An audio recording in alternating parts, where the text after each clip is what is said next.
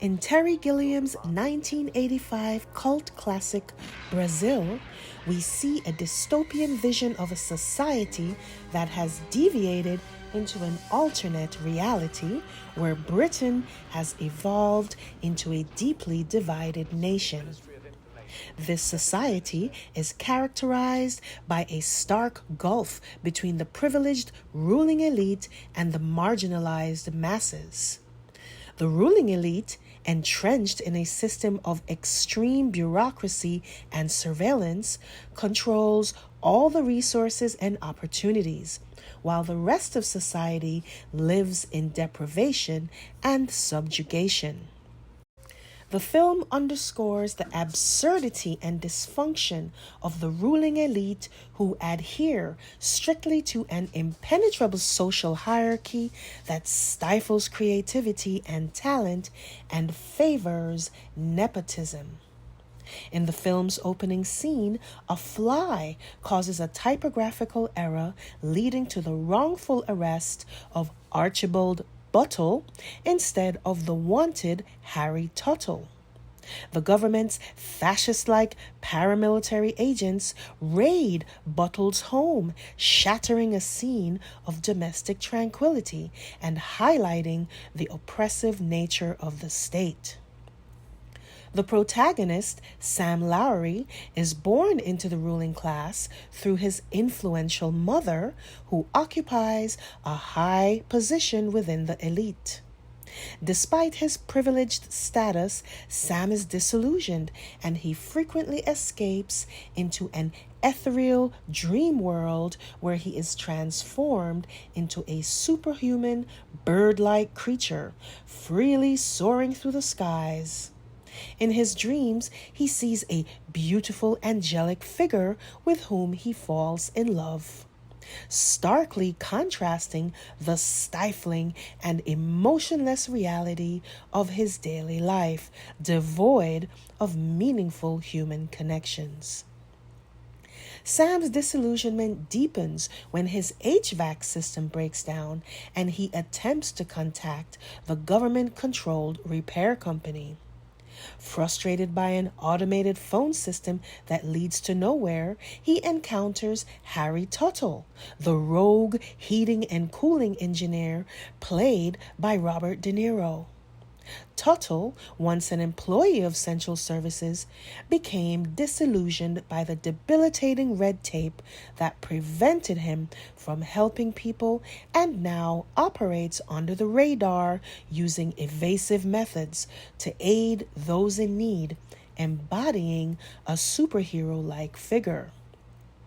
Sam's life takes a significant turn when he first sees Jill Layton, played by Kim Grice, filing a complaint about Buttle's wrongful arrest. Recognizing her as the woman of his dreams, Sam becomes obsessed with finding her. However, the real Jill is a stark contrast to the hyper-feminine Jill of his dream version. In reality, she is fierce, independent, and despises the government, viewing Sam as a representative of the oppressive state. Despite her disdain, their shared hatred of the system ignites Sam's determination to connect with her, seeing her as his ideological soulmate. Sam's journey throughout the film is marked by his increasing defiance of the oppressive government. Initially complacent and resigned to his role within the elite, Sam becomes progressively disillusioned by the state's inefficiency and brutality. His encounter with Harry Tuttle and subsequent pursuit of Jill catalyzes his transformation from a passive participant to an active resistor. The conclusion of Brazil offers a profound commentary on the themes of escape, defiance of authority, and the delicate balance between freedom and authoritarianism. Sam is arrested and subjected to torture by one of his friends in the ruling elite for his insubordination and perceived betrayal of his class. In these final moments, Sam retreats into a permanent, dreamlike state, envisioning an idyllic life with Jill in the countryside. This imagined escape represents more than just a flight from physical pain. It symbolizes a deeper yearning for freedom and human connection in a world devoid of both. Brazil plays with the themes of reality versus imagination, often blurring the lines between the two. The film explores the need for genuine human relationships in a society that has become hyper-efficient to the point of dysfunction, where rebellion is always simmering beneath the surface. Brazil ultimately serves as a cautionary tale where a society ruled by a small, undeserving elite has created an environment of constant surveillance, bureaucratic quagmires, and media control in order to maintain an oppressive form of discipline and rigid social hierarchies. Folks, if there was one thing about Queen Elizabeth II, it's that she knew service and she knew what real work was. During World War II, when Princess Elizabeth was just 18 years old, she joined the Royal Army as an active duty soldier where her military job was as an auto mechanic. If you recall, in the Netflix series The Crown, one bone of contention Elizabeth had with her parents was their resistance to her having a rigorous academic education. But Elizabeth was born during the fulcrum of two eras. One, a bygone era where aristocrats didn't engage in any hard labor of the body or mind, and a burgeoning new era of the post-industrial age where women were gaining increasing autonomy. So it was perfectly in line for Elizabeth's headstrong nature to insist on actually working, and actually work she did. She didn't just show up and pose in front of a truck for a performative photo op. She actually showed up every day and did a job, a real job.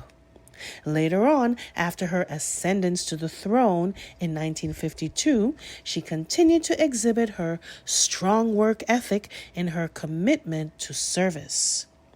These events were mostly ceremonial, and many critics of the royal family like to say, well, it's just ceremonial, they're not really doing anything.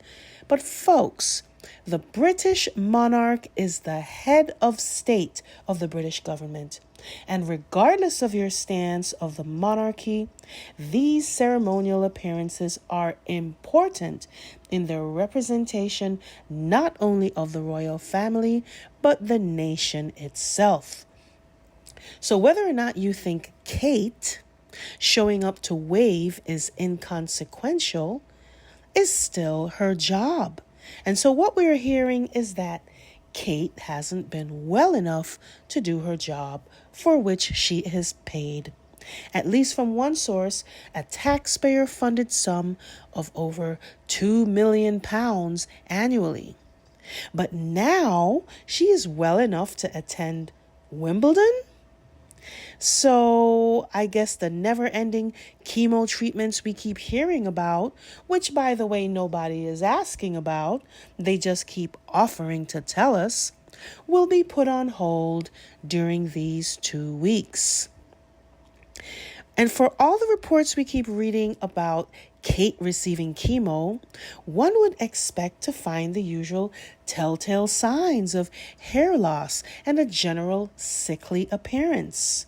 And I just find it interesting that Kate didn't exhibit any of these signs on her one and only appearance this year at Trooping the Color. Because, folks, Phantom Kate is back.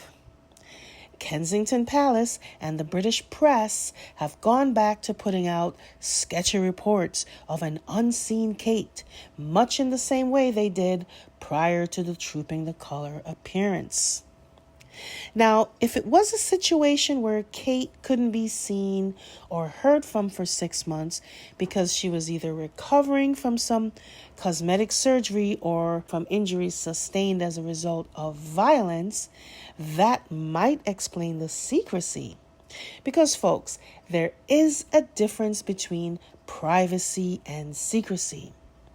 Everyone is entitled to privacy, but secrecy suggests a need to hide something. Secrecy breeds suspicion. Combine that with lies, and we get the performance we witnessed over the last 6 months. Now, if you've been following this channel, you would know that I was willing to give Kate the benefit of the doubt. But are you trying to tell me that the big hoopla over her trooping appearance is all due to some compromise in order for her to show up to Wimbledon? I mean, when we saw her at Trooping the Color, it was sort of like a blink twice if you're okay kind of vibe. She was clearly coerced into doing it, and now I'm just wondering if this is all due to her simply not wanting to do this job anymore. Kind of like her version of quiet quitting. Look, I'm happy for Kate that she's well enough to attend Wimbledon, but doesn't the British public feel the need to demand to know what they are paying for? Folks, I don't know about you, but in the real world, most people are subjected to performance reviews, and we can't just all decide to drop out of sight without any explanation, save for some disembodied written statements from our husbands. I'm really lost here, folks.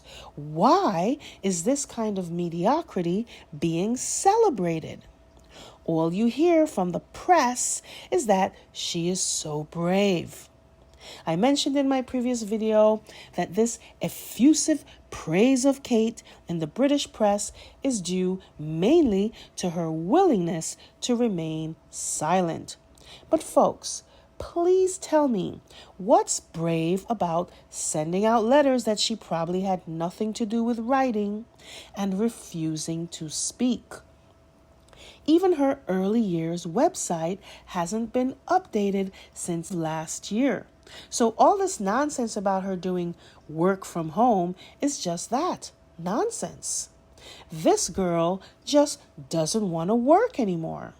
And prior to December of last year, she was a trooper, showing up for her engagements, and whether or not you think her appearances were inconsequential is irrelevant. At least she was showing up, doing the job. But something changed after Christmas. I came across this article about William being the new disciplinarian in the family. And the article goes on to say that discipline broke down after Queen Elizabeth died.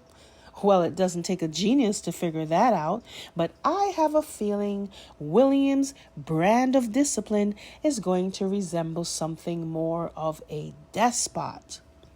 And why are the papers insinuating that his role is more in line of that of his grandfather, the late Prince Philip, who, as you know, was consort to the late Queen? While at the same time, Camilla, who is supposed to be consort to the present king, is now giving public military addresses. Something weird is going on in this family. I thought this was Charles's job. Why is he having Camilla take on this role as though she is the reigning monarch? But it seems as though that's been Camilla's goal all along. And now she has poor, hapless William unwittingly taking on a more minor role. And folks, people say to me all the time, Why don't you just butt out? It's not your business. And you know what? I listen to everyone's critiques. And when it comes to the royal family, I have to give some background here. I am from a former colony of the British Empire. I grew up with pictures of the Queen in my grandmother's living room. I remember when Diana was engaged to marry Charles. I was a child at the time, but I remember everyone being elated. But folks, that was a different monarchy. The Queen was respected for her service, and Diana was beloved for her humanitarianism. Charles, although never as popular as his young wife, was nonetheless looked at favorably until he publicly humiliated her with his mistress. And let me tell you something, folks.